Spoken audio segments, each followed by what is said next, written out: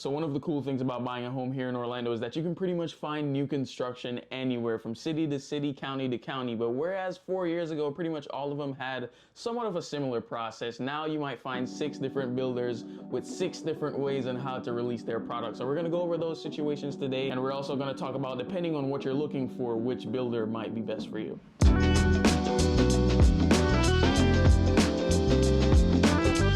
So one of the ways in which you can buy a home, and it's almost kind of funny to even say now, but it's really the old way of doing new construction. So that's like picking out your lot, picking out your floor plan to put on the lot, picking out your structural options. So that's like adding an office space, extending the lanai, you know, things like that. Then you also get to go to the design center, pick out your interior finishes, your cabinets and countertops, that kind of thing. But that's really more so reserved now for high-end builders. And even some of those builders are not even allowing that to happen, which we'll get to in a second. But majority of what you'll see now is what they refer to as spec homes. And let's get into that. So spec homes have really taken over the majority of the Orlando market. And here's how that process works. The builder basically says, I, not you, the consumer, chooses the floor plan that goes on this specific lot with my specific structural options. And why do they do that? With continued supply chain issues, that's led to a longer time in between when you go into contract versus when you close. And that is something that nobody likes. And really a big part of that process is the permitting. So that can take up to 2 months. And it's really hard when Sally or Joe can't decide on whether or not they want to extend the lanai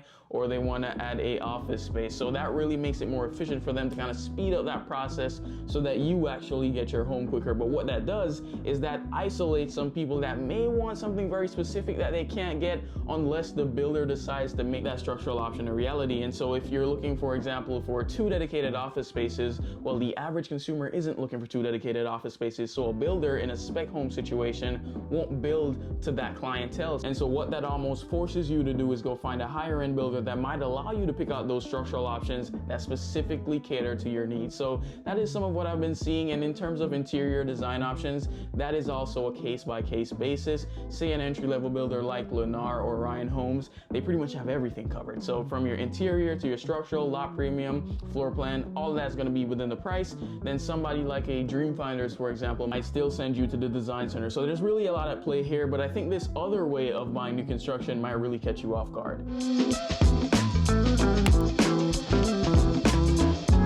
This way of buying new construction is actually stolen from the resale market, and it's bidding. Yep, you might actually find yourself in a multiple offer situation to get an opportunity to build a new home. And so what some of these builders are saying is, I have 2 lots coming this week, one starting at $400,000, one starting at $600,000. You got 24 hours to bid on these lots, closing at 7 p.m. the next day, and the highest and best wins. Or in some cases, they might actually weigh the content of the offer. Say, for example, an offer comes in at $600,000 financed with 10% down versus somebody coming in at $550,000 with all cash. They might actually go with the all cash offer for obvious reasons. So it's definitely nuanced, and I think this has turned off a lot of people from going into that process. And I think some people actually judge the people who do participate in that process. Like, why the heck would you even do that? But I think the people that do participate in the bidding and the multiple offer new construction process really have long time horizons. They're not thinking about what's going to happen within the next 6 to 12 months. They're way more concerned about what's going to happen within the next 5 to 10 years. So I think it's a game of those who wait will win. So whether it bumps a bit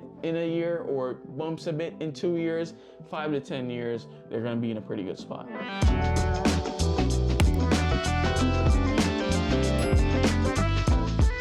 So what are some of the concerns with new construction in this present market? It really has to do with interest rates. Now, when you go on a contract in new construction, the rate that they give you is probably not going to be the rate that you get once you're 30 to 45 days out from closing, unless you did an extended rate lock, which even in that case, it's probably going to be a little bit higher than the one that you get initially at that present time. And so this can cause major problems. And even some of the sales reps that I've been talking to in some of these communities, they're already expecting some of their buyers to fall out of contract because when they were under contract 7 months ago, interest rates weren't nearly as high as they are today. So with that in mind, of course, make sure it makes financial sense for you. But extended rate locks, I've been seeing that a lot more recently. Even some builders are starting to roll that out as an incentive because they know this is going to be a problem for people both under contract and people looking to go under contract on new construction homes. So that is definitely something to keep in mind. Working with a great lender, if you don't have one, I can recommend one, is going to be really the key to kind of keeping that puzzle together over the 9-12 months